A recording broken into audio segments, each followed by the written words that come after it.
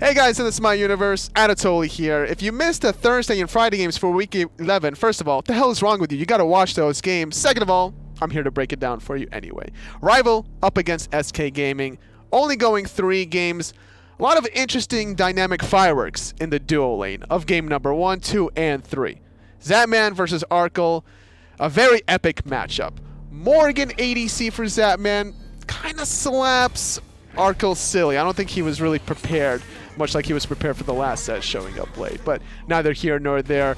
The Hachiman, not a good showing for him. Zapman taking full advantage of the matchup. Later on down the road, though, despite being behind for Rival for a majority of the game, Final K survives a very epic first gank attempt. Playing the Zhang Kui, he had 3 different healing sources between his second ability, the Warrior's Blessing, and also the Pythagorum's piece. He heals himself just enough to get away from Sanford Soccer's Thanatos hovering death execute, survives, starts rotating to the team fight, just kind of slaps around SK Gaming silly to win game number 1 for Rival. Game number 2 happens.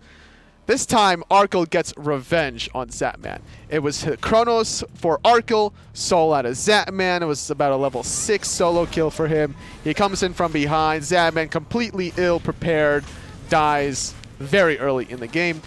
Twig on the Hunbat, having a lot of control in the team fights for the advantage that Arkle gained in the duel lane, and then not to mention also Final K on the Amaterasu.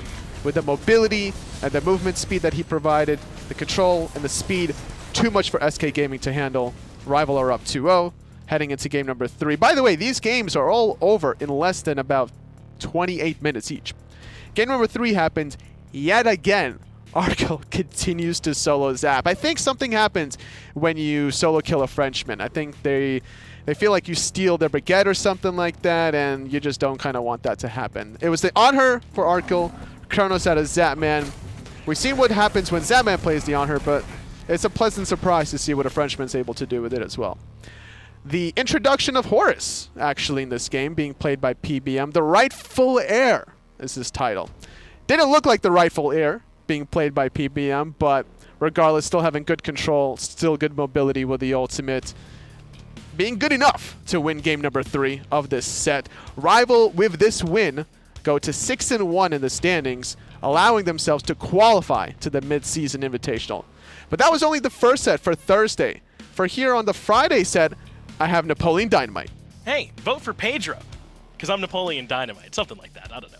Well, the set that I got to be the one that talk about, that one's one where Splice had a pretty big game. In fact, it wasn't just Splice showing up, it was a whole bunch of stuff that was happening in this one. Who showed up but Baskin to be in the solo lane for them, and was not Divios. We had the big reveal for that, it was a whole lot of fun. So now with Baskin on this team and Scream and all these world champions, I mean, clearly they must have come in 3-0 and got a sweep here, right? Up against Space Station, who's been struggling. Must have been really easy for them, right?